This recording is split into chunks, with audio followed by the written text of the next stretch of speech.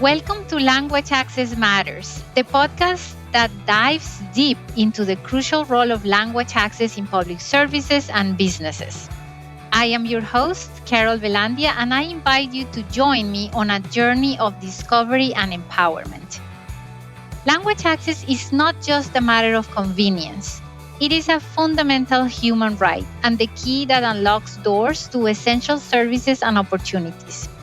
In this podcast, we'll explore the far reaching impact of language access, examining how it shapes not only healthcare, justice, and education, but also the world of business.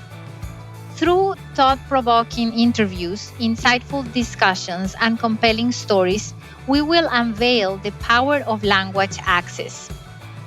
We will hear from professionals who bridge communication gaps to provide quality care for diverse communities. We will explore the intersection of language, law, and justice, and the crucial role that interpreters and translators play in ensuring fair and equitable treatment. We will delve into the challenges and innovations, as well as how language access opens doors to effective communication and inclusion, and how it makes our society more equitable. But our exploration doesn't stop there. We will also uncover the profound impact of language access in the world of business.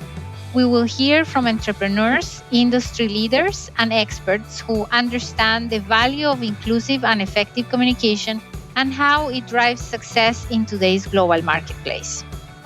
Language Access Matters is your platform to understand the significance of language access in these vital sectors of society. We will shed light on the barriers faced by individuals and communities and the innovative solutions that promote inclusion and equality. Whether you are a healthcare professional, a legal expert, an educator, a business owner, a linguist, an advocate, or simply passionate about the power of language, this podcast is for you.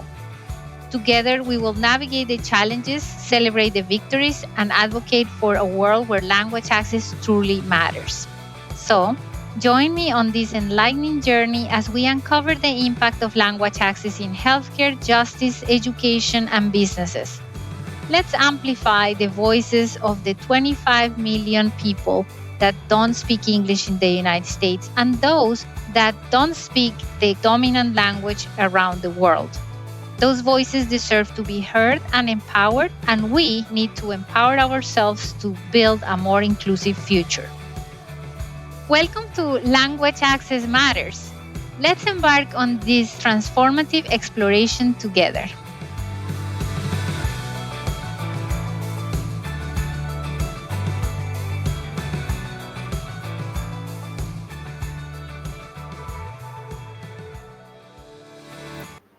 Today on Language Access Matters, we have someone very special joining us.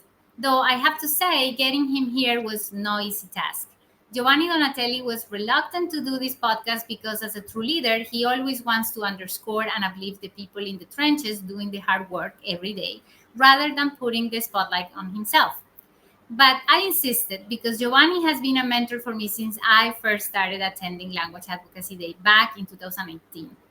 I still remember one of the best pieces of advice he gave me: to join the Association of Language Companies as a new entrepreneur and to acquire the technology needed to provide seamless remote interpretation and translation services. That advice alone helped me shape the way I approach language access implementation and advocacy today. Thank you, Giovanni. For those who may not know him yet, Giovanni Donatelli is the CEO and founder of the Language Group, a leading interpretation and translation firm based in Virginia Beach, Virginia, since founding the company in 1999. He has grown it into one of the world's largest interpretation providers, recognized in the 2023 NIMSI Interpretation Index for Excellence in Phone, Video, On-Site, and Site Language Services.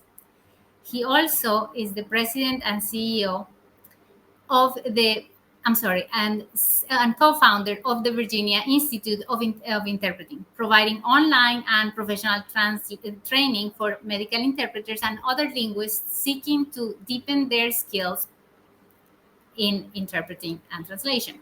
Beyond his companies, Giovanni serves on national boards, including the Association of Language Companies and the Joint National Committee on Languages, and is known for his advocacy to improve language access in healthcare and beyond. Originally from Pescara, Italy, Giovanni holds a bachelor's in science in finance from Virginia Tech and an MBA from the College of William and Mary.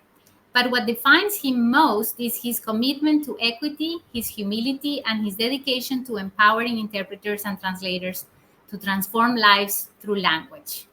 It's great to have you here, Giovanni. It is my pleasure to be with you today. Thank you, Carol, for having me. So, what inspired you, having immigrated from Italy, to launch your own language services company? And how did early experiences shape your mission for language access? Well, I think as an immigrant, as a child, I was in elementary school or primary school when we moved to the States. I was the child interpreter for the family. That really shaped the way I viewed language equity. Now, back in the early 80s, the idea was you walk up to a medical provider and you said, I need medical care, and if you don't speak English, they'll turn you away. That literally happened to my family. So they would bring me back as a 8, 9-year old, 10-year-old child, and I'd be the interpreter. So to me, it always felt as if even though this might not be the case, the perception was that we received second level care, not primary. We didn't get the same level of care as English speaking patients did. That's the way it seemed to the LEP population. So I'm assuming the feelings we had was no different than any LEPs today, although today they should be getting language access. Then in my early 20s, I was introduced uh, to the language services industry. And being in my early 20s, I was mentally prepared to explore a new profession. As you can see, my educational background is finance and business management. So it's more about my path was in financial services, wealth management, that direction, and I didn't enjoy that profession.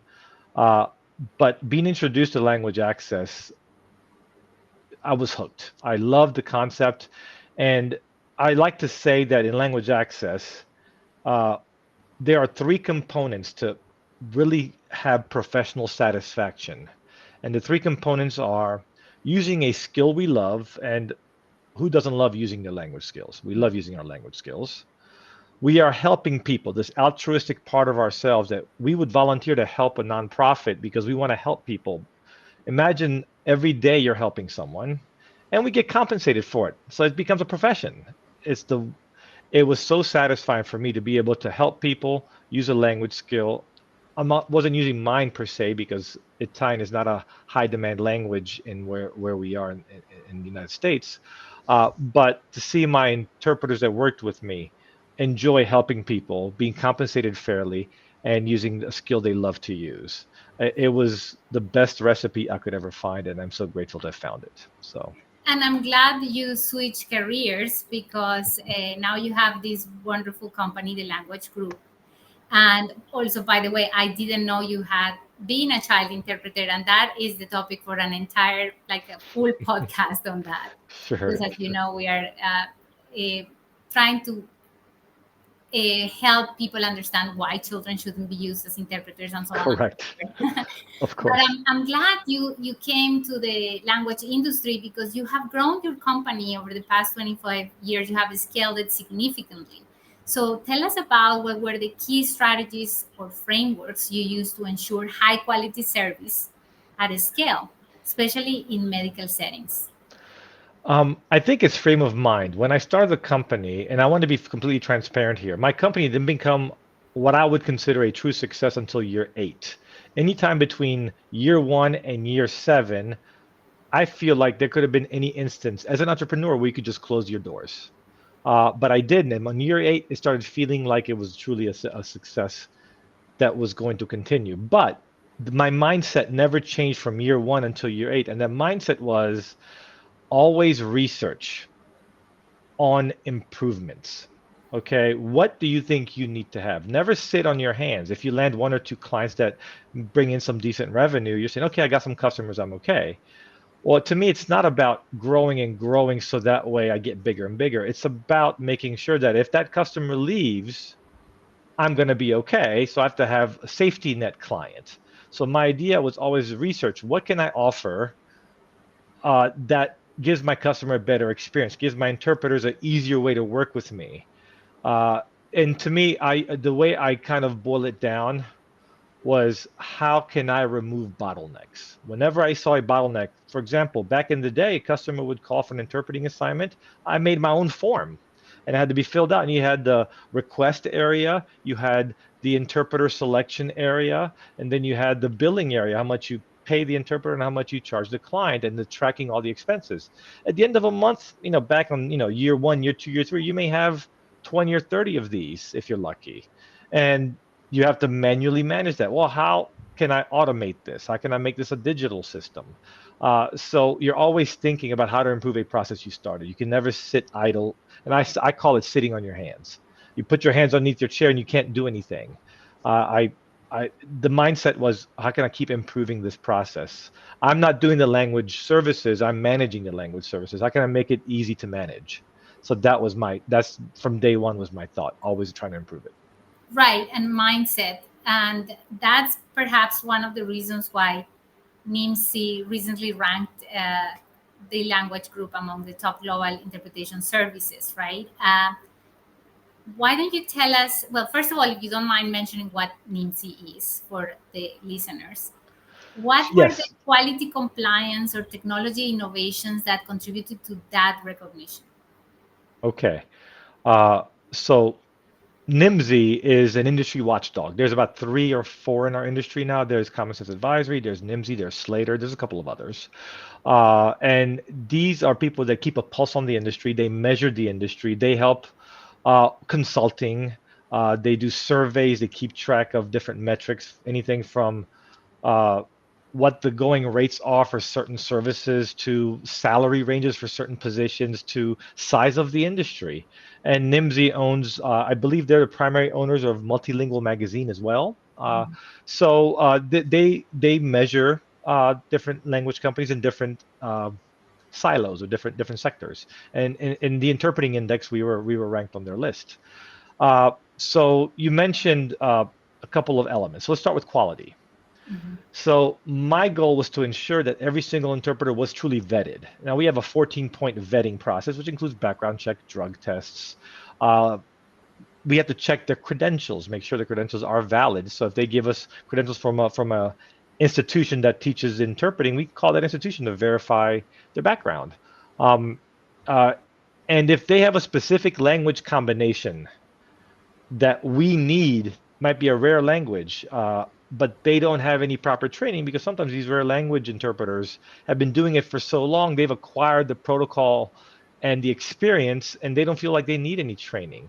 Unfortunately, we require every single interpreter to have proper training, so we would subsidize it for certain cases. And I want to make sure I'm clear what subsidizing means. Subsidizing means that we pay for their tuition up front and then they pay us back over time. So they are paying for their own education, but they couldn't work with us unless they had the education. So this catch 22 is like, what do we do? Well, we'll subsidize it. They sign an agreement with us. They take the training. Once they complete the training, and we have a budget we give them, and they can decide where they get their training. It doesn't have to be at Virginia Institute of Interpreting; it could be anywhere else as well. Once they come back with the certificate, we would then put them to work, and based on how they get paid, they would a portion of that would come back to us to pay us back. So we subsidize education, but the idea is quality means that the client experience, that is the provider and the LEP, can have 100 interpreters of the same language combination and the quality would never drop. That goes to our orientation. Um, we can't tell our interpreters what to do. They're independent contractors. However, we can tell them making sure you abide by certain protocols, certain ethics in our industry, make sure we agree to the ethics in our industry that we all agree to follow. So with quality, Mhm. I'm And sorry, Giovanni, oh, if go you ahead. allow me to interrupt you there Yes. about quality and something that you mentioned that I think is so important to underscore is the difference between experience and training. Oh God, I, yes. as a trainer myself, one of the things I've observed is that your experience, all that means as an interpreter like you, is that you have done the same thing probably wrong for 20 years, Right. right? It doesn't mean that you are a good interpreter. It just means you're doing the same thing. And so often is the same wrong thing because interpreting is a very counterintuitive profession. So that's the way I give to experience is like basically zero. Really, I have and to me it's very important that interpreters want to be trained despite the fact that they have doing it for a long time. Thank you. I agree with that completely. Interpreters do feel a little insulted when they've been interpreting for 10, 15 years without any training. They become community leaders in their community because they're the ones that handling their community's interpreting needs.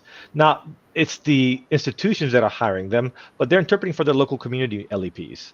So they're viewed by the LEPs as a community leader. All of a sudden, people like you and I, Carol, are saying, "Oh, you're just because you have experience doesn't mean you're qualified. Let's see how much you really know."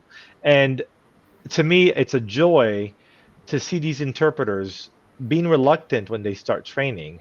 And in the middle of their training, you see an aha moment. You see their eyes open up or nodding reluctantly, saying, "Oh, maybe I should have done it differently."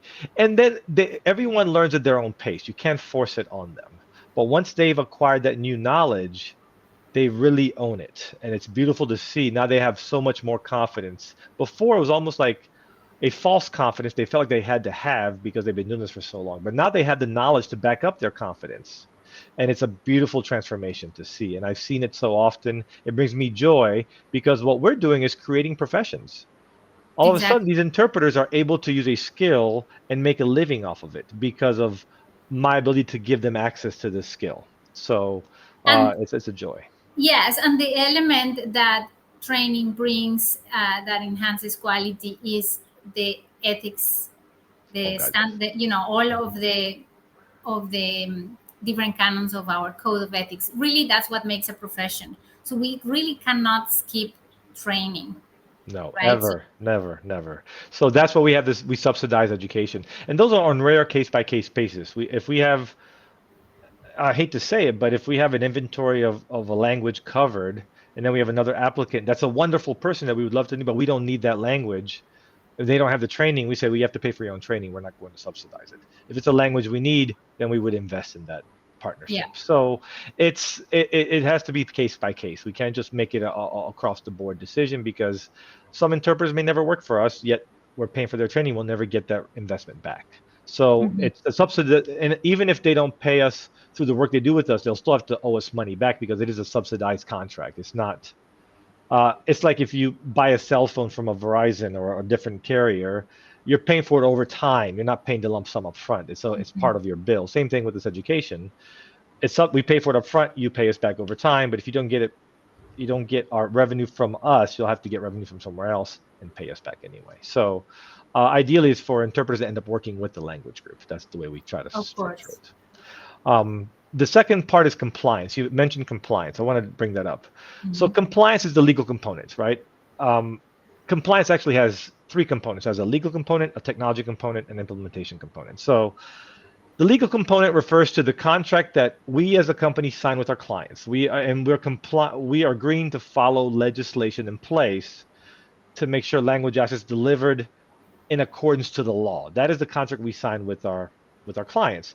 Well, we have to sign contracts with all of our interpreters that mirror those requirements, but we want to make sure those contracts that we sign are fair to the interpreters. So we are very flexible with negotiating the compensation elements, the timing elements, performance metrics, all that. We try to be as fair as possible, but the compliance piece has to be in place as part of the contract and part of the orientation. The second piece is technology as part of compliance. In order to be compliant, your technology needs to be compliant, and that requires an investment. So, for example, we had to invest in an office that's a secure office environment that's controlled by badge access. And anyone that's a visitor that comes in has to sign in and get us a guest badge. These are investments that we have to have in order for our clients to agree to even use us. So it's not like you can actually charge the client for setting up a secure environment. But without that, we would never get this business. So that's an investment for technology. And of course, all of our staff has to undergo fraud, waste, and abuse training, annual security training, as well as investing in security audits to ensure that there are no weak points in our infrastructure. So that's all part of compliance, but it's a technology component to be compliant with the regulatory needs, regulatory expectations. And then lastly is implementation. This is the manual labor piece. It's ensuring that each interpreter follows our orientation thoroughly. Uh, we have reviews with our interpreters in the event that there's an adverse event, and how do we audit that event, and how do we audit interpreters on an ongoing basis if there's no adverse event. Let's say everything's going fine and we have no problems. We still have to continuously measure their performance without seeming like we're big brother watching. At the end of the day, we all have the same goal: take care of the LEP. That's our goal. But we have to follow legislation, and the client's expectation is a certain level of quality. We have to put these measures in place. So implementation is all about quality assurance, shadowing interpreters to make sure, you know, they're following protocol, things of that nature. And then lastly, uh, technology separately is, to me, is constantly creating a working environment where there are few bottlenecks as possible. It's finding the right technology tool for you and then customizing that tool. You're never going to find one tool that does it all for you. You have to find the closest tool for you and then customize it as you see fit. And you also hope that the people that own that technology that you're buying the license to use have good support team. The help staff is there for you. Uh, so at the end of the day, I need to have good technology, has to be customized so it's easy for my staff to use, easy for our interpreters to use, and easy for our clients to get the reporting, and we're compliant. So uh, to be a worldwide ranked interpreting provider requires these types of investments. I'm proud that we've done it, but it's taking time. Yeah. So I'm pretty proud of this. It's more complex than when you first jump in, but it becomes this large entity, and you have to have people in place to manage these elements. Right. And in healthcare, I think is the process of getting all the box checked is a lot longer than in many other industries because of the heavy requirements in the US, right? Exactly. Yes. And you just spoke to my heart when you said that your priority are the LEPs or limited English proficient persons. And I really think that we should always remember that this is why we're doing this work, right? Is because we want better results for the limited English proficient population in the United States. So, in the context of US healthcare, what are the most critical pain points for limited English proficient patients? And how has TLG or the Language Access Group, the language group addressed them? I'll start with equity, but the thing is, an LEP needs to feel like they matter. In other words, equity. So, as an immigrant, I know that my parents never wanted to be difficult. They wanted to just show up, they wanted care, and then they wanted to go back to their lives. However, it often felt like the care my parents received was not the same level of care as that of an English speaking patient. That gave my family a sense of inequity. TLG started out as an on site interpreting service company. That's what we started at, strictly on site services. Today, I feel like we're one of the most efficiently run on site interpreting firms in the country. I'm happy to go up against any other language company providing on site services in a specific market and seeing how we perform. I'm very proud of what we've built and the systems that we have in place. Uh, the idea is to be able to provide on-site interpreting to LEP patients with greater ease, thereby giving the LEPs a better experience. Of course, on-site interpreting is the most expensive modality of interpreting, but it's also the most effective. So it's up to the healthcare system to decide which modality they're willing to prioritize for these patients. So at the end of the day, I want the LEP experience to be exactly the same as the English speaking patient's experience.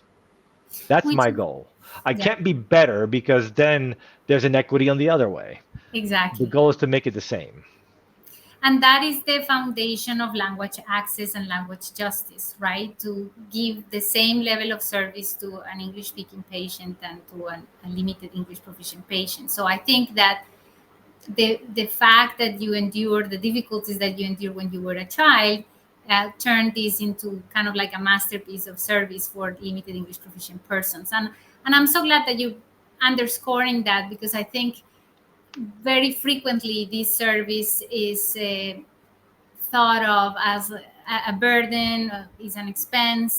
Nobody ever thinks about language access as a ramp that you build for a wheelchair, which is necessary and nobody's going to complain about. But all of a sudden, when it's language accessibility, it's like, oh my God, interpreters are too expensive, and so on and so forth.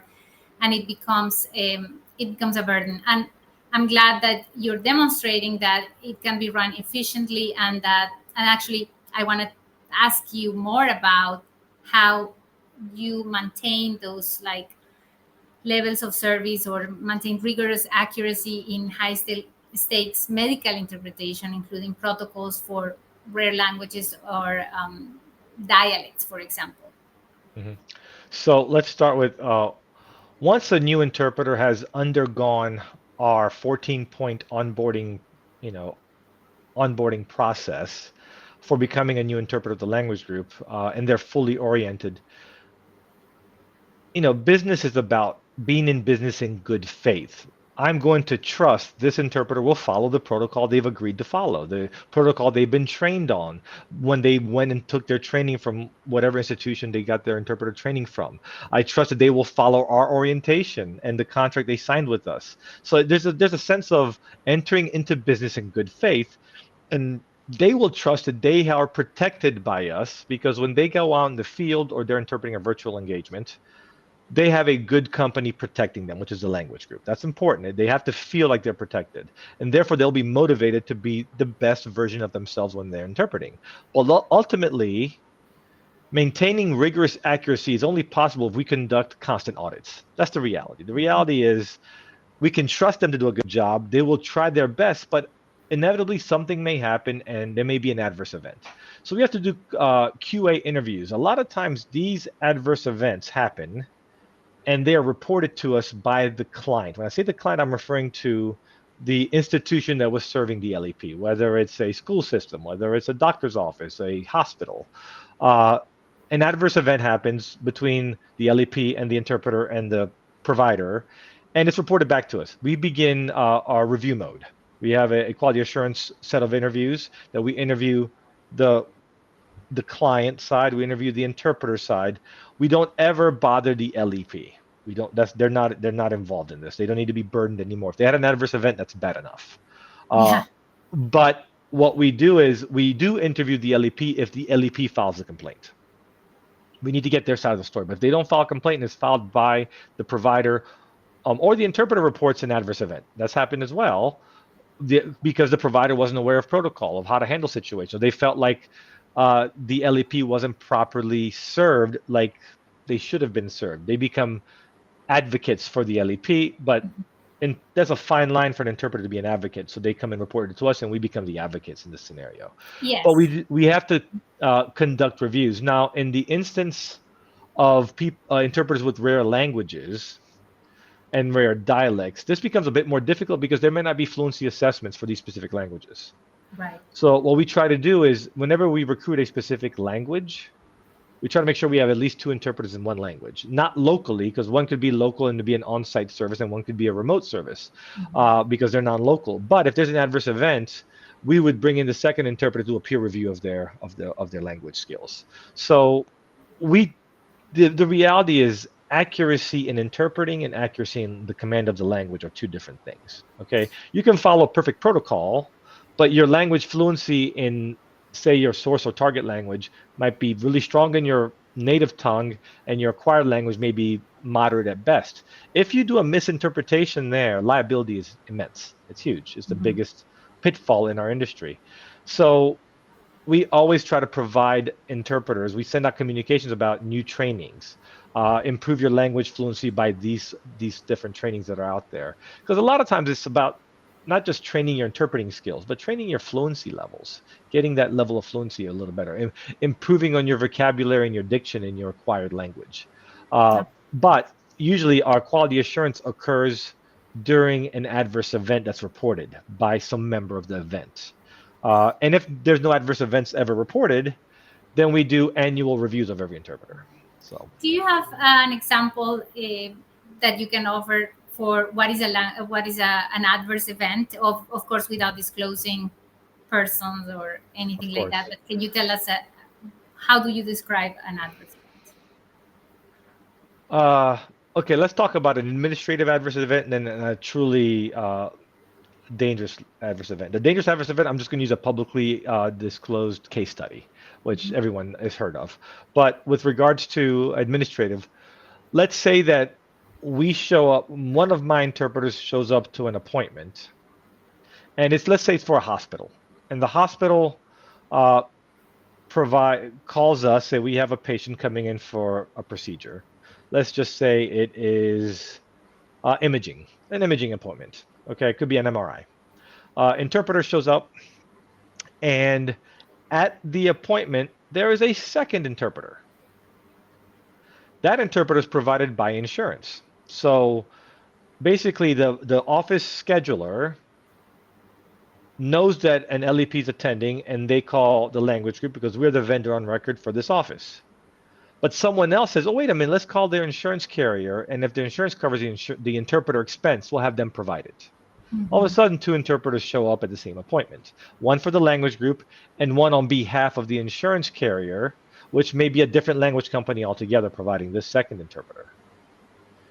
What do? The doctor or whoever's doing the imaging is confused. The imaging tech is confused. The patient is confused. And my interpreters are instructed to manage these correctly. So they know what to do. And what ended up happening in this specific instance is the interpreter from the language group said, it is our understanding that because this facility is owned by X and the vendor for X is the language group, X wants the language group to be the interpreter because if there's any liability, it falls on them if something happens on site. The interpreter for the insurance company has the only liability they have if someone trips and falls, it still falls on X. It doesn't fall on the insurance company. So they would rather have the interpreter vetted by the vendor of X, which is the medical provider. So in this case, it was an administrative issue. So my interpreter told the other interpreter, sit outside. You can't monitor this appointment. The caregiver wants me to be the one interpreting, but you can probably still bill the insurance carrier or your company for your service because you are here. But it was double booked, and the provider chose to use me as the interpreter. That's how we do it. There's been times where my interpreter was asked to leave, and the insurance carrier was supposed to stay, and we abided. Or we said, look, do you want us to supervise the interpreting engagement? So we can provide a report if needed, and that's also been approved. So there's the same scenario could be handled three different ways. That's an administrative. It's not an adverse event, but it's administrative disagreement on site, and how do interpreters handle that? The biggest adverse event I can think of for this is not an interpreting adverse event, it's an LEP.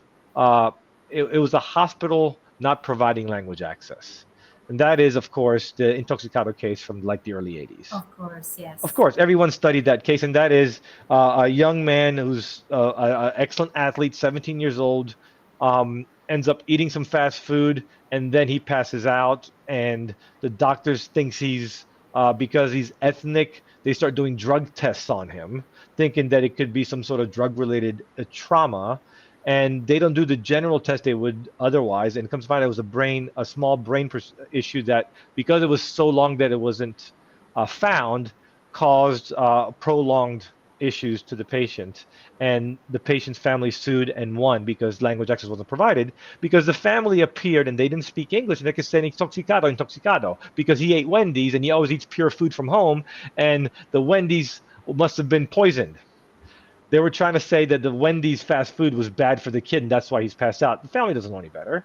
Instead, it was the doctor thought intoxicado must be intoxicated. Let me do panels for drugs and alcohol, and everything came out clean. By that time, it was too late because they didn't do a brain scan, and he had so that's where a healthcare provider did not provide language access, and they should have, because the medical provider thought they know enough Spanish to be able to handle a Spanish patient. That is the biggest case, and the family won millions of dollars, but this young man's life was compromised as a result. So Yes, in fact, I believe Willie Ramirez is quadriplegic. The family was awarded $71 million. Is one of the most expensive cases on record. So when people are so hesitant about using language services because they're expensive, I always tell them that case of Willie very good. Ramirez. And I want to mention, just help you with this and help anyone listening to this to this podcast, and that is when I sell language services to buyers of language services, I'm not selling good quality. Clients expect good quality from all of us. I am a representative of a larger industry. Carol, you're a representative of a larger industry. We all have to be excellent. Because if I tell you to, I'm not trying to disparage a different industry, but let me just paint a picture. If I tell you, I want you to picture what a used car salesman from the 1970s United States and how they behave. Do you have an image in your brain of a 1970s used car salesman from the United States in the 1970s? Okay. Unless They'll sell you anything. They don't care the quality of the car. They just want to get it off the lot. Okay. I don't want language access clients that buy our services to say, oh, you'll just send any interpreter that's underqualified just so you can make some money. You don't ever want that. And when I started in the language industry in the late 90s and early 2000s, I've had clients that were burned by other language providers. So I'm trying to convince them we're not all the same way. We're ethical. The language group is ethical. We approach it with ethics. So now, fast forward 25 years, the language industry has a much more reputable impression among buyers of language access, which makes me proud that we have so it's our duty as language professionals to always provide high quality. So instead of selling high quality to my clients, I sell them risk mitigation. I say, look, if you don't provide an interpreter for this family and something bad happens, what's the cost to you? So the case you bring up is a perfect example. Like, well, let me tell you the case of what happened in the early 80s. But the reality is a healthcare system may be having hundreds of patient engagements a day that require language access. That's hundreds of examples where something could go wrong if they don't provide an interpreter. So, I like to say, bottom line, 12% of the population in the United States need language access. 12%. 8% LEPs, 3.7% deaf. So almost 12% of the population. the entire population, yes. Healthcare systems can't ignore 12% of the population. You can't. So Exactly. yeah, And I that's think how I approach it. it's really key to present things as like you're avoiding risk, right? You're being compliant, you are fulfilling your accreditation standards. That's also the key points I bring up when I'm selling my training on language Exactly. access, because I think it's important that they know that every time that they sort of omit language accessibility from their budget, they are exposing themselves to a greater risk. And honestly, like when I hear so much about the expense, I wish I had a better way to show them that it is a lot more costly to not have it. And Correct. perhaps we need to do a little bit more research on that. But as you say, it should be sufficient to say that you have 12% of the population in your hands that you're not caring for appropriately unless you have language access services, which means having a Right.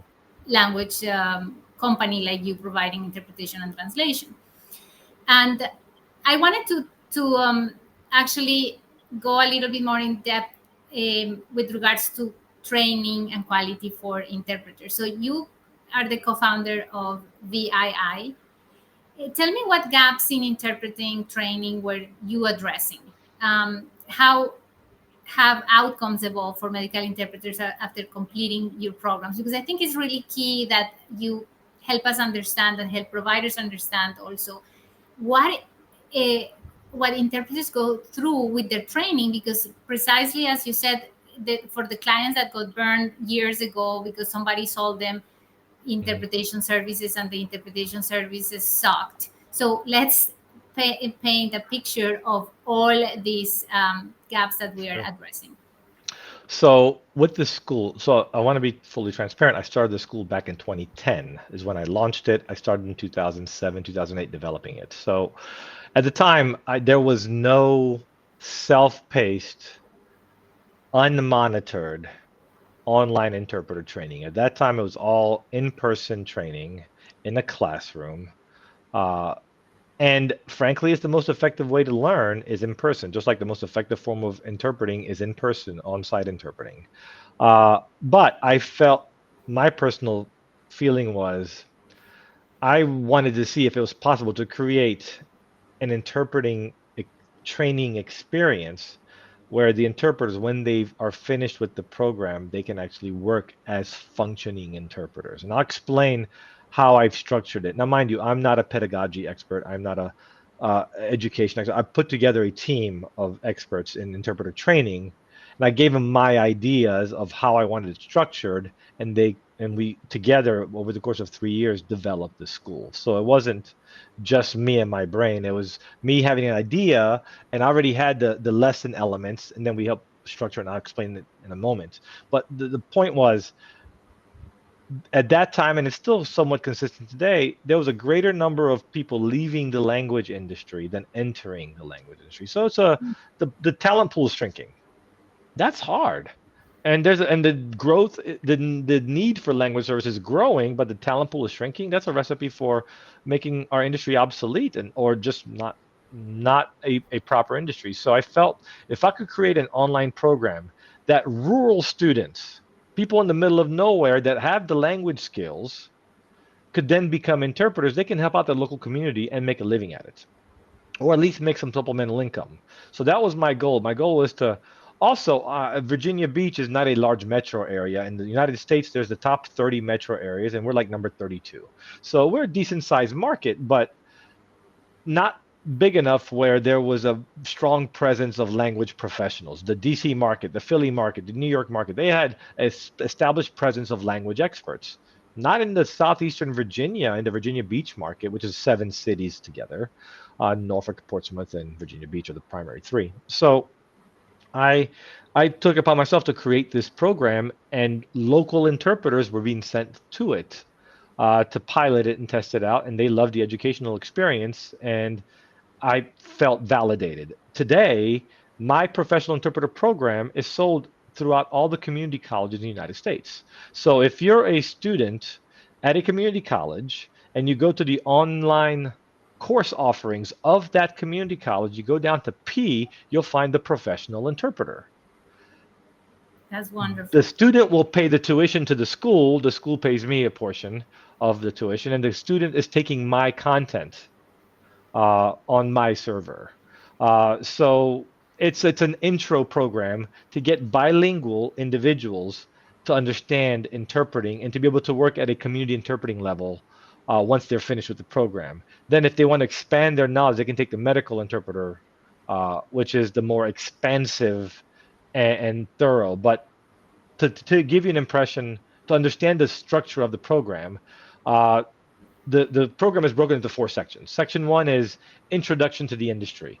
What's an interpreter? What's a translator? What's sight translation? What's whisper interpreting? Just industry terms. That's section one. Section two is the very, very long section. That's skills building. And we take it's a escalating difficulty and a stackable. So we start with note taking. We teach the interpreter how to do proper note taking while you're interpreting. So we teach them shorthand or elements of shorthand, and we show them examples. We play a video, and then with the video, we give them, we say, okay, what were your notes from that video? And then they would see what we would provide as our solution, and they can match their notes to our solution. We ask them to do shadowing, which is basically they listen to a video for 20 seconds and they record themselves on a tool on the exercise what they're hearing with like a 2-second delay, repeating in the same language what they're hearing. Then they play back what they recorded themselves saying and see how much of the original content they actually captured. Because what happens is when you start speaking, one of your ears closes. So you only hear out of one ear while you're speaking. So if you have a dual headset and you're speaking while you're listening, one of your ears closes off. So if you have a single ear headset and you're speaking, you can't hear anymore. It's kind of interesting. So the idea is you're listening to audio and you're repeating what you hear in that audio and you're training your brain to just repeat, just repeat, just repeat. The last exercise is 25 minutes long. You're literally shadowing for 25 straight minutes. It's a long So time. it's training your brain to just turn off, listen and repeat. Once that's a shadowing exercise. Then we do code switching exercises. Then we do no we have a multitask. For example, listen to this audio, shadow it, and write down your ABCs. How many at the same time? So we're training the brain to do multiple tasks at the same time because when you're interpreting, you're doing multiple things. How can you train yourself? So I'm trying to create this environment in an online setting with no teacher. Mhm. So you have to make it difficult. So once they learn it, they have confidence setting into an interpreter setting. So that was section 2. Section 3 is ethics, protocol, and legislation. It's understanding the laws, the rules of the land, how to behave, where the proper canons of behavior are listed so you can follow them. And then section 4 is how to find work as an interpreter, both as a freelance or staff. So we help them find work as well. So that is, oh, I'm sorry, I forgot the big part.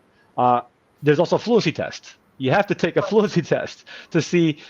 So the whole test, the whole program is given in English. Uh, so a student that's English speaking wants to learn about interpreting, they can take the test. They can follow the program in English, but when they have to take the fluency assessment, they won't have a second language listed, so they can't get a diploma. So you have Mhm. to have a second language included in the fluency assessment. So we have a partnering company that does a fluency test for us. That's one of the United States largest fluency assessment companies. So we feel like, and accepted by the government. So that is how I structured it originally. Yeah. So the idea was it's not to replace the in-person training. That is by far the most effective way to train interpreting. But if there's a student in rural part of Tennessee that's bilingual that wants to learn how to interpret, why shouldn't they be given the chance to enter the industry? So that was my goal, is to make this available to them and the community colleges in general.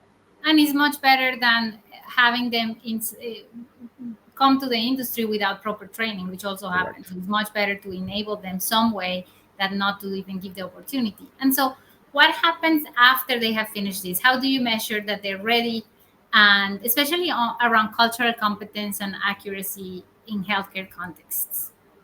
So the healthcare, so okay. Once they finished our training, first of all, that first training I mentioned, the professional interpreter, it is an intro course into getting into the industry. Those people are not equipped to work in healthcare. Okay. We do have a healthcare program that's about 60 hours of training or almost 2 semesters worth of training. And we say you need to have at least training in interpreting and 2 years of experience before you can even take this program. So we do have a prerequisite to enter the healthcare interpreter training portion of our program.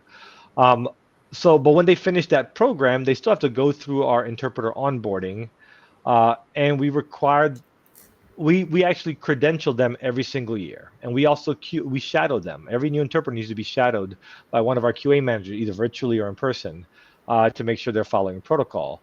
So new interpreters in the industry were much more uh, stringent with what kind of assignments they can do, what kind of assignments we give them. We have color coding in our scheduling software that tells us this one has less than 2 years experience, this one has more than 2 years experience, so we know what assignments they can do.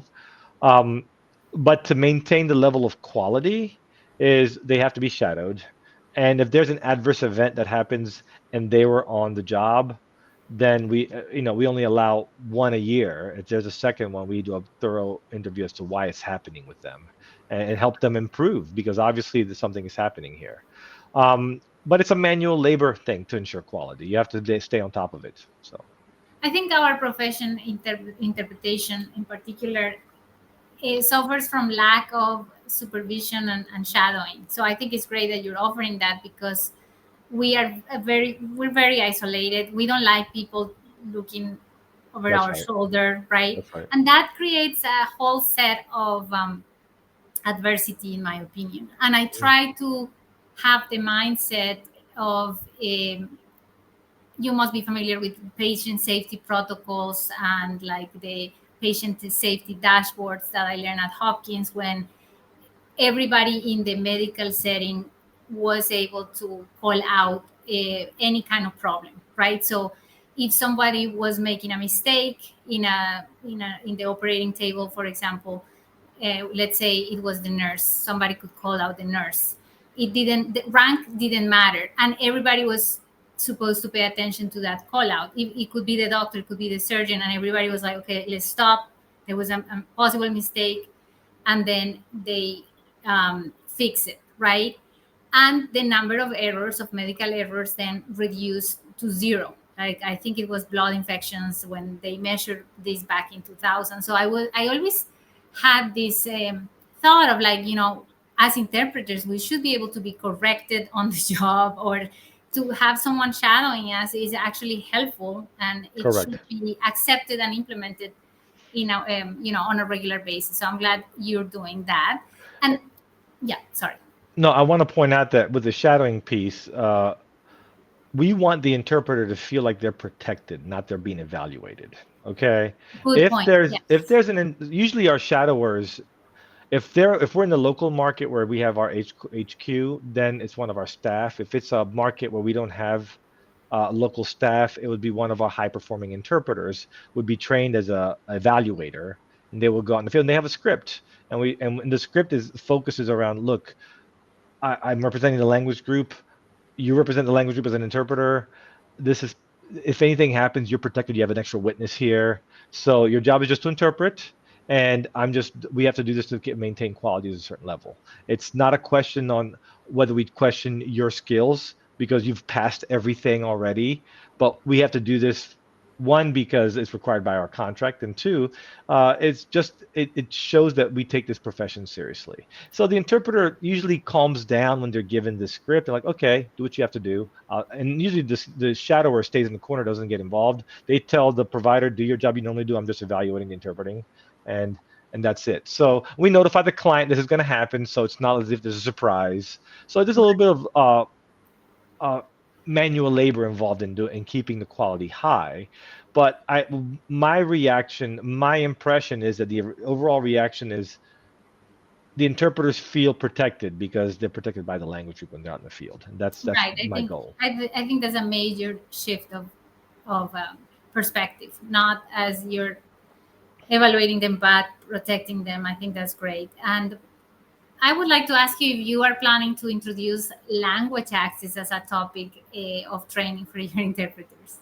So the short answer is yes, absolutely, 100%. So Yes. I always, to me, language access is interesting because that section in my training, which is ethics, protocol, uh, and professional responsibility, that's where language access would fall into, is educating the interpreter on the patient's rights, educating the interpreter on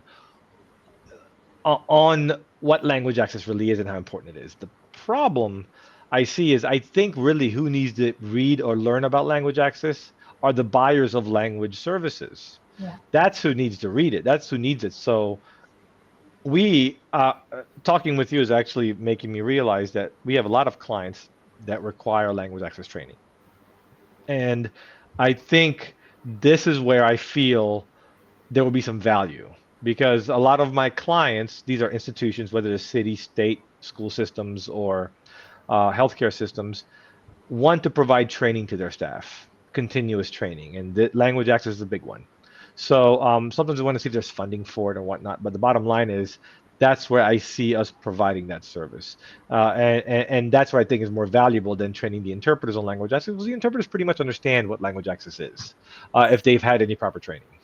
Yes. Well, first of all, think about the program effective inclusion through language access for your clients. And second, I would disagree with you a little bit in the sense Please. that I don't necessarily believe that interpreters know about language accessibility. And I say this because I'm an interpreter myself, and I'm Sure. shocked at the low level of understanding about language accessibility. I had the assumption that interpreters know, but the truth is that they're not, or I'm going to speak about before. There were not a lot of opportunities to actually learn about this because there was this mentality that it didn't really have anything to do with them.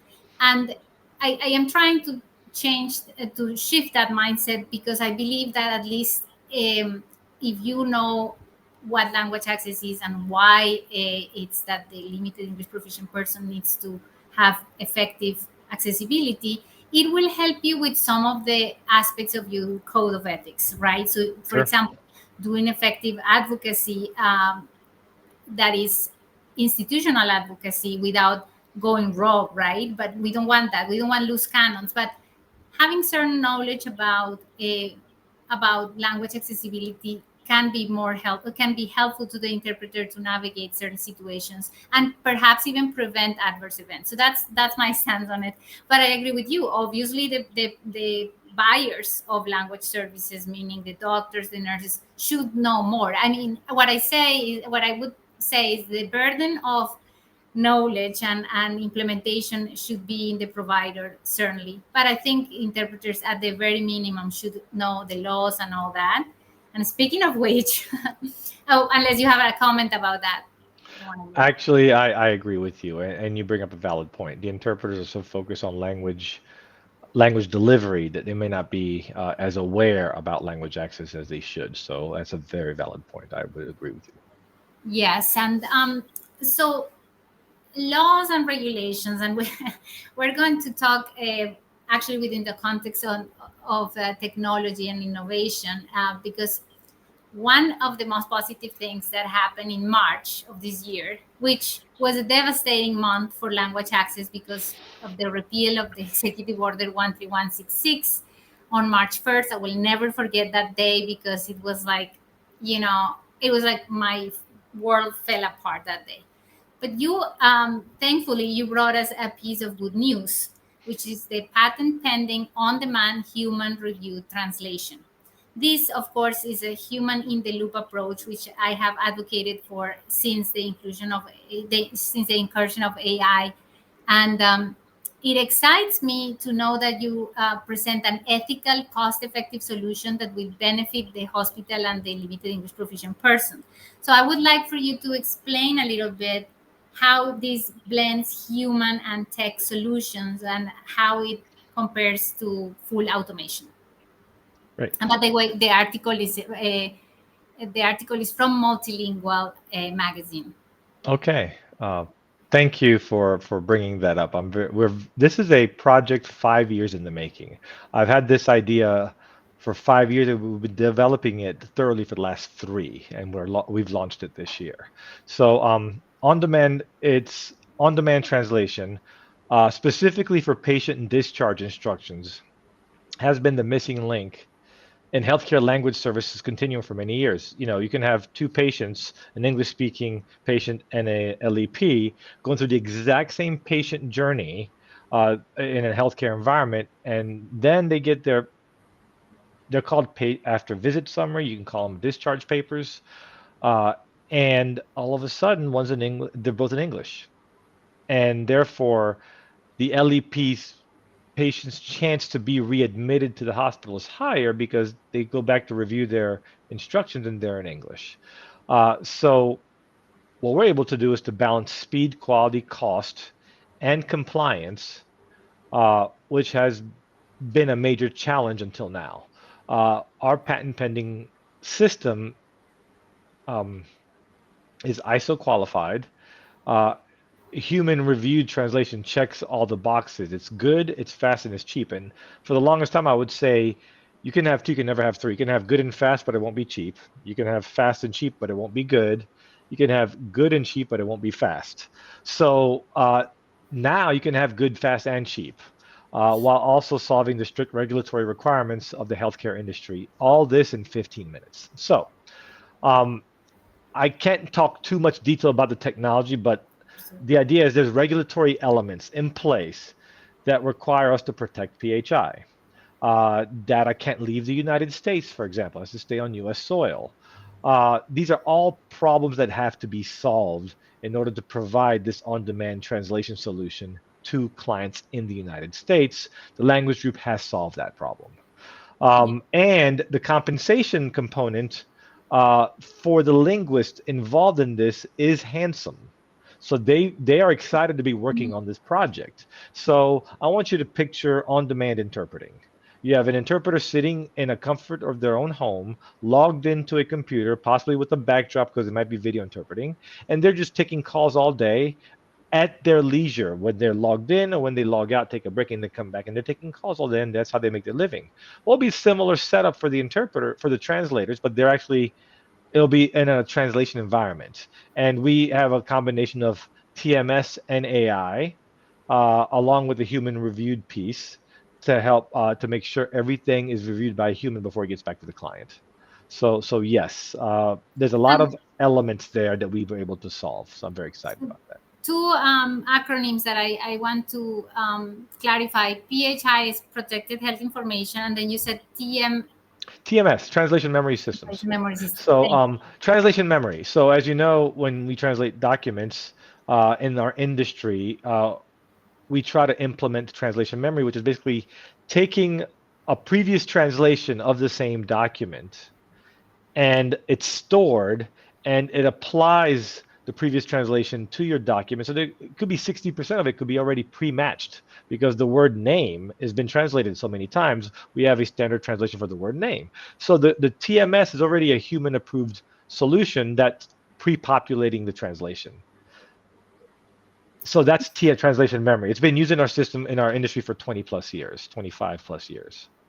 And I love this because it's effective inclusion, which is a concept I promote, right? Is because you're describing why it's effective and why is it inclusive, and the fact that it sort of checks all the boxes policy wise is so incredible to me because we in our industry are very afraid precisely of how AI is going to take over and all that, and you're saying it's not going to take over. We just need to make adjustments so that the human aspect is involved in an effective way. And so I Correct. look forward to that product. Is it launched yet, or it hasn't been? It is launching right now with one specific client, and we're about to launch about three or four more. So once right, the first launch is more of a beta test. We're going live. We're doing it with one hospital, and then we're going to go live with all hospitals within the next 2 months, I believe. So once that goes live, and the other hospitals and other systems are also using it by the end of this year, then we'll have some proper, uh, more publicity around the successes. Um, Awesome. so yeah, Congratulations on that. And I thank you. look forward to that because it seemed to solve a problem that we or sort of feared, like what happens with those automatic translations that people are using for discharge instructions, that where is Correct. it's a big problem. And speaking of checking all the boxes in the policy sector, uh, I like to remember when we met in the JNLC Language Advocacy Day. I pretty much felt like the ugly duckling because people were advocating for the teaching of languages other than English, but there was no language access advocacy specifically. So I felt a bit out of place when I talked to the senators and representatives because my speech was completely different, right?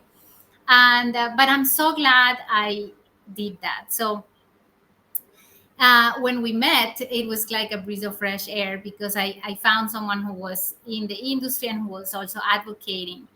So who is also super humble and have really followed through with providing key advice to me. I mean, you have consistently over the years given me the naked truth, in other words, about what I need to improve, etc. And I so appreciate that. So I met you as an advocate, and I want to know how you currently advocate for improved language access in healthcare policy and funding. You already gave me this technology piece, right? But how else do Mhm. you advocate for that? Um, so when I was a member of JNCL with you and served on the board at the time, I I was doing that primarily because the language services industry did not have a vehicle to go advocate directly to the lawmakers. Uh, So by joining JNCL, which was more about advocating for language teachers' rights and Mhm. funding for language education, which I am still a supporter of, uh, I still felt like the language services industry was underserved when it came to the policymakers that make laws don't even know we exist. We're one of the largest industries in the world that no one knows exists. So Right. it's kind of interesting to me. I mean, we're larger, we're almost twice the size of the international music business, and no one even knows we exist. So, which is fine. I like to be uh, a little incognito. But I would say the way there's only so much one person can do. So, what I try to do is provide financial support to organizations that specifically lobby on Capitol Hill for language access rights, such as the ALC. So the ALC does have a language advocacy day, a day on the Hill to advocate for language access. I sometimes attend these advocacy days, and sometimes I do not. But I think it's very important to have a voice for our industry to have a voice. And Dr. Bill Rivers is the man spearheading these efforts. Uh, on behalf of the language services industry, and he's doing a very good job. He understands the policymakers who are friends to our industry, who may not be, and he is keeping an eye on legislation that may affect our industry both positively and negatively, and keeping us all informed so we know what actions to take. So, at the moment, I'm not attending any advocacy events directly on the Hill, but I am providing support uh, to the ALC for these specific efforts. Well, shout out to Dr. Bill Rivers, because definitely when I joined that language advocacy day, I saw him speaking. It was very inspiring. And he gave us those tools that I think we continue to use every advocacy year, or at every advocacy day each year, where he lays it all out, the size of our industry, and so on and so forth. And I think he was a big part of creating Language Access Advocacy Day, which is a language access only a day. And I think we have been doing it for 3 years, if I'm not mistaken, at the ALC. We would love to have you back, because your voice is powerful. So come back, Giovanni. I will. And I do want to mention that JNCL, the language group still supports JNCL because I do believe language education is key for the future of our industry. Um, Not every student that graduates from a language degree goes to teaching a language. They may enter jobs that require multilingual skills. They may enter the language services market. But I do believe language education is very important in the United States, and it's getting drastically underfunded. So Yes. if we can support JNCL, we should, and I do. So Absolutely. And it also, one of the things I discovered over the years of going, I think I attended 5 of them. I have not attended in the last couple of years, but one of the things I learned with time was that we offered that missing link. So they talked about like bilingual education, the seal of biliteracy, and all that. I'm like, okay, but then they come to our industry as and they can professionalize that skill, right? So it provided that link. And so the fact that they were advocating for children learning another language was ultimately a great yes link to for us to tell yes. And those children are now having a job opportunity at our industry because they do it so well, they did correct, it so well, right? So we need the whole chain. correct. So Yes, are you agreed. focusing on any other bill right now, like the big beautiful bill? You read my mind. Yes. I'm not sure. I think today's supposed to be the final vote to approve it, but my understanding is it might be passed. So presently, the big beautiful bill passed the Senate, and it's about to. It was originated in the House, passed the Senate. It's about to be approved in the House. So what I'm seeing is many healthcare executives are predicting a drop in their revenue. Hospitals are going to have less money. As such, they are revisiting all their vendor relationships, including their language vendors. and trying to renegotiate more competitive rates so that when the hospital revenue drops as a result of this bill, which is not for sure that this is going to happen, but it's expected to happen by these healthcare executives, they have done all they can to control their costs. So, to be specific, if I think healthcare systems, whether it's a hospital, whether it's a small doctor's office, a majority of their revenue, let's say more than a third, is might be Medicare and Medicaid. Okay, Medicare is for people of a certain age or older, and Medicaid is for people under a certain income threshold. Right. Okay, and this is government sponsored insurance. So let's hypothetically, I don't know the exact number, but let's say a third of that revenue comes from these sources. Well, what if there's a cut to these funds? Then hospitals won't get paid as much for those same services they offer these specific patient populations. So hospitals are going to make less money. They got to cut their costs. So they're going to go to every vendor they have and try to renegotiate their contracts. So I've seen that with us. Mm. Our clients coming to us worried about these cuts. They're cutting staff. They're getting rid of real estate and renting again. They're doing what they can to control costs when this bill happens and how it affects them. And we're just, these executives are predicting. They don't know what's really going to happen, but they got to prepare themselves. So they're trying to be responsible stewards of their institutions by cutting costs, and language services is being affected as a result. So yes, I'm keeping an eye on that very closely. Well, we rely on you, people like you, Bill Rivers, to keep doing what you're doing, trying to really teach people about our industry and the importance of our industry, and also the millions of dollars that are saved because of our industry. That's Right. not spoken about enough. And I I say frequently that healthcare is one of the largest expenses. It's about 20% of our economy, our total economy, and about between 27 and 47% is wasteful spending, and a lot of that is miscommunication. So I think that we need to even make a bigger effort for providers to understand that our industry is actually in the long run is saving money and is actually an investment. It's Agreed. just, yeah. So Agreed. Giovanni, you mentioned that you were expanding into Europe, and now you have a sister organization in Germany. As my company, Equal Access Language Services, is also opening office in Spain. In fact, I'm here in Granada, Spain. I'm really curious what differences or insights have you observed about language accessibility in the German context so far, if you have observed any, and it's okay if you haven't. And if there is anything that stands out to you when you compare the US and a German or European market. Well, so with regards to the German office, the reasoning for us to enter the German market for me was to grow the localization business side of my business. So the office, the company we acquired in Hamburg, Germany, it's about 11 staff. It's not a very large organization.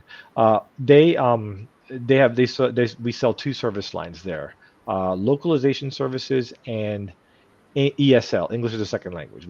We're English instructors. So English instruction is about 30% of the business, localization is about 70%. So interpreting is not a service line yet that we have introduced in Germany. We hope to.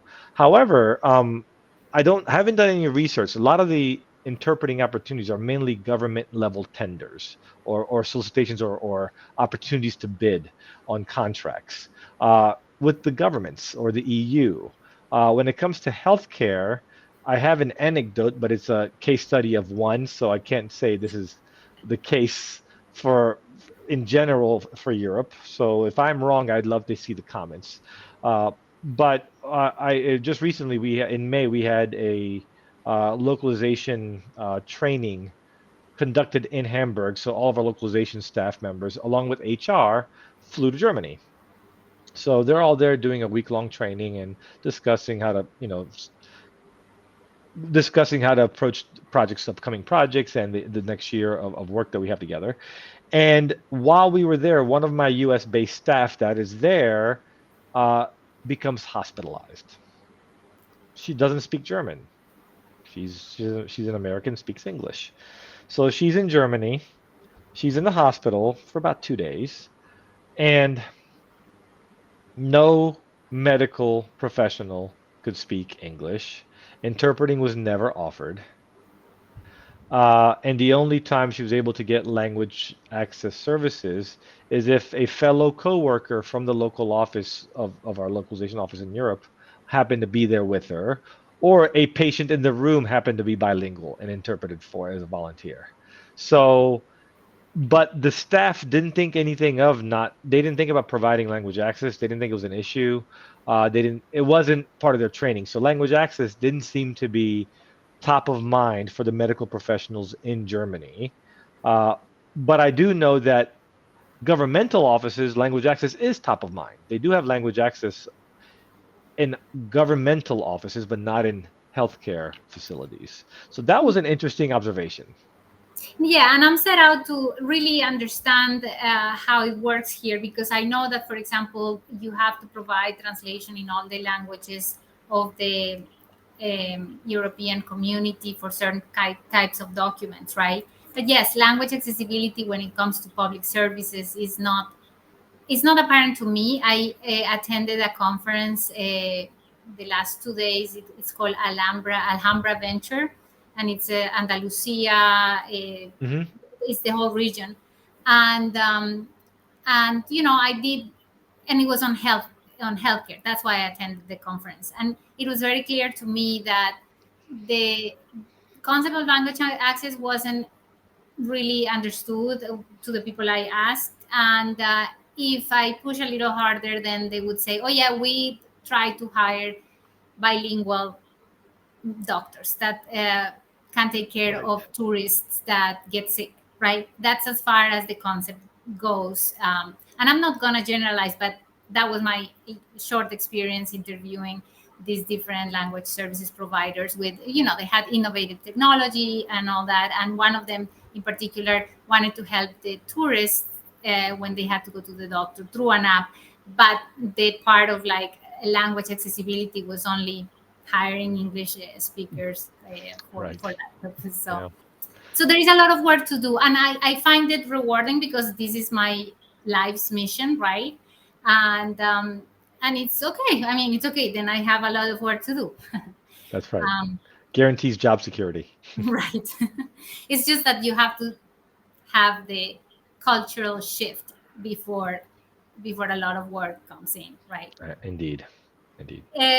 Well, Giovanni, what's the future of language access in your perspective? And yeah, tell me what trends you observe in medical interpreting, in particularly, like how AI is being integrated, remote platforms, credentialing, all of that.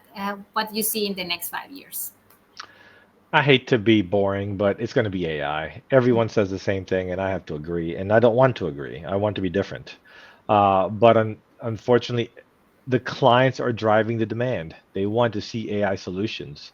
We have to be responsible vendors and provide AI solutions responsibly to the client.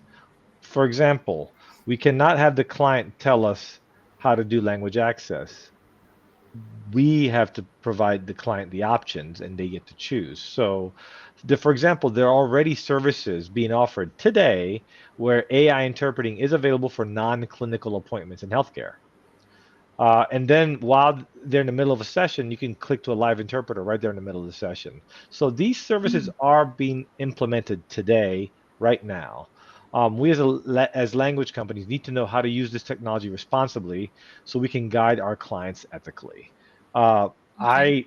I am using AI for the on-demand translation for patient discharge instructions to keep costs down for the healthcare provider, because if a patient gets their discharge papers in their language, there's a lower chance of them being readmitted back in, which saves the healthcare system money. So, all of us are in the language world are trying to find a way to use AI responsibly and effectively, so the client gets what they want because they're the ones driving this need. And it's competitive edge. The thing with the free market economy is we have to outperform our competitors so our clients keep us, keep using us. So Yeah. So I hope that there are a lot of hospital administrators or language access coordinators listening to us. So, what would be the top three recommendations to build or improve an effective language access program today? Well, recommendations. First, I'd like to tell anyone that is reluctant, in the United States at least, about language access is that it's a law. It's plain and simple. You must have a language access program in place, period. You don't have to be an expert in language access. You have to find a partner like the language group or Equal Access to be the experts for you. Number two, it costs nothing to implement and create a language access program, $0. Most language service companies charge based on usage, not on account setup. So just setting up, getting your materials in place, your posters in place, all that is usually at no cost to the provider. And now they're compliant with law. And when they need language access, they can use it. And three, your job as a healthcare professional is to serve your community, all of your community, not just the English speaking part. So I like to tell them, you're alienating 88% of your community if you're not providing language access. I mean, 12% of your community, only serving 88% if you're not providing language access. Now, because it's the law in the United States, it's a little easier for them to implement it. When you tell them it's no cost to you to set up a language access program, then they start being more receptive. So that's usually the approach I take. Yes, excellent. Anything would have you would have liked to be asked that I didn't ask, Giovanni? Let me We see. covered it all. I mean, we covered a lot. I think for aspiring medical interpreters, or for aspiring interpreters, I would like to say that you must first receive proper interpreter education, both foundational knowledge and then specialized training. Not just take foundational knowledge, say, okay, I've got my training, I'm good to go. You need to always improve your level of knowledge in interpreting. For example, I'm a big proponent of certification. Once you take your certification exam and you pass it, you're a certified interpreter. An entire breadth of opportunities are available to you. For example, there are staff interpreter assignments at large organizations that you would be qualified for, that you would normally not be qualified for if you didn't have your certification. So you'd be a full-time interpreter at a facility just because you have a certification. But as a certified interpreter, you also have many freelance opportunities available to you as well, and you'll probably get priority selection because of your certification. So as I did with myself, as I do with my staff, always work on improving yourself any way you can. Your opportunities will be presented to you through those improvements. Thank you, Giovanni. This has been really inspiring to me. I am so glad you accepted my invitation to do this podcast. I learned a lot, and I hope you join us again. And to all of our listeners, Giovanni, if I understand correctly, you're open to be followed on LinkedIn and your company as well. So follow Giovanni, I guess, or your company. Yeah, well, to be honest, if people have questions, they want to reach out to me directly. Okay. Please connect with me on LinkedIn. That's the best way. I'm not as savvy with social media. And once you've connected with me on LinkedIn, and I'll be able to direct you to the right sources, whether it's within my company or outside of the company. But my goal is any listener here, no matter what, whether you're a linguist, you're biolanguage services, you're international, you're US based, I would like to share as much knowledge as I can for any question you may have. And if I don't have the answer, I know I can point you in the proper direction. And that is my goal here. So wonderful. Thank you, Giovanni. And to our listeners, thank you for joining the Language Access Matters podcast. See you next time. Thank you, Carol. And that wraps up another enlightening episode of Language Access Matters. We hope you have enjoyed our discussion on the profound impact language access has across various sectors of society. Let's remember that language access is not just an isolated topic. It intertwines with various fields, impacting lives and businesses in profound ways. As we continue this journey together into becoming a more inclusive society where we ensure equal access to services to those who don't speak the dominant language, we want to assure you that our company, Equal Access Language Services, through its podcast Language Access Matters, will be with you every step of the way. We are committed to bringing you thought-provoking conversations, expert opinions, and stories from the field and beyond. To dive deep into the subject matter and engage with leading experts in the field, we will release a new episode of Language Access Matters once a month. By featuring expert practitioners and individuals with diverse experiences, we aim to broaden the scope of our discussions and present a comprehensive view of the importance of language access. We encourage you to stay connected with us through our website, www.equalaccesslanguageservices.com, and our social media platforms. You can join the conversation, ask questions, and share your own stories and experiences. If you want to be part of our podcast, email us to podcast@equalaccesslanguageservices.com. Remember, language access matters to each and every one of us. By understanding its significance and actively working towards its advancement, we can create a more inclusive and equitable society. Thank you for being a part of the Language Access Matters community. We appreciate your support and look forward to sharing more knowledge, inspiration, and empowerment with you in our future episodes.